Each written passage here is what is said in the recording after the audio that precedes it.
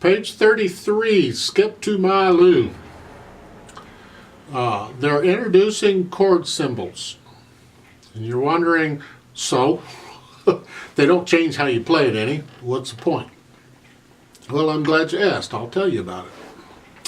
If you look at the letters above the top staff, you got the C, C, G7, G7, and skip to my Lou, okay? That's the name of the chord. It's a C chord, a G7 chord. This piece only has C chords and G7 chords. Of course, it's handy if you know what those chords are, right? Well, when they give you all the notes and you're playing all the notes, who cares? You're just playing the notes. Well, there's two things. One, if you happen to have a guitar player handy, they can read these chords and improvise and play along with you, and you can play together. You can play duets where they're just doing that. You're doing the piano part just like it's written, and the guitar player is just doing the chords because they're right there. The other thing is, if you happen to be the least bit interested in improvising or learn to improvise eventually, these chords come in handy, because if you know the chord, that gives you an idea of what notes to play, the notes in the chord. You don't have to play the notes that are written. In this case, the accompaniment is in the left hand. You don't have to play those notes. You play the melody, and you can play any notes you want in the left hand as long as they follow the chord. And that's improvising. There's a lot more to improvising than that, but let's just start there, okay? That's fine. So at the beginning of this, that chord in the left hand, it's a broken chord because it's not all three notes at the same time. That's a C chord. A C, E, G is a C chord. It is a chord built on C, and it's in thirds. It's every other note. It's in the key of C. No sharps or flats, and we're only using white notes. It's a C chord, okay? As long as I play those notes, I can play them anywhere I want on the keyboard in any order, whatever I want, as long as I do, and I'm fine. So here at the beginning of this, I'm playing the C, and I'm playing the E and the G. And in this piece, that's all we're doing.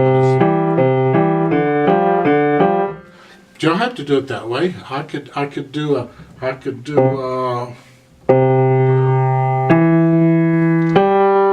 about that?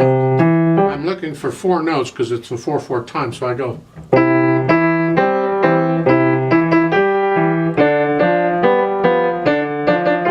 I'm not playing what's written there exactly, but I'm playing the notes and the chords. All right? I don't have to play it here. I can play it down here.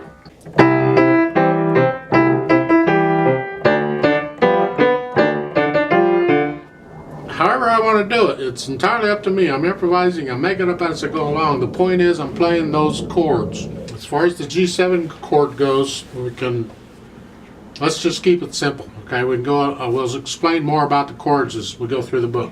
For right now, the G7 chord, just remember, it's a D, F, and G.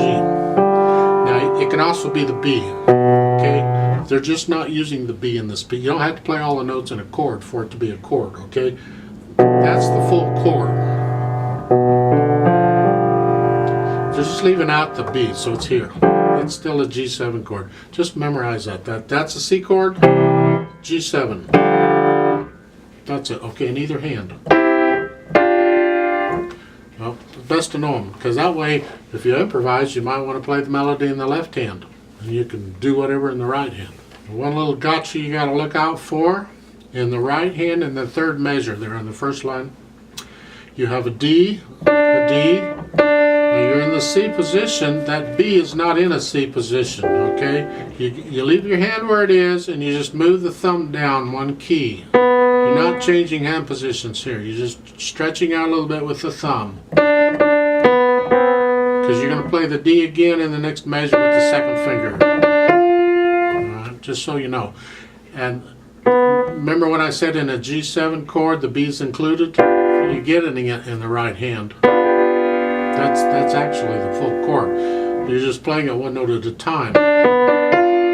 You're not playing the G yet. What is there? Let's try the skip to my Lou together slowly, okay? Just to make sure we got it. So 4/4 time. I'll give us 4 counts and we'll play it. So the hands are in C position. Here we go. 1, 2, ready, go.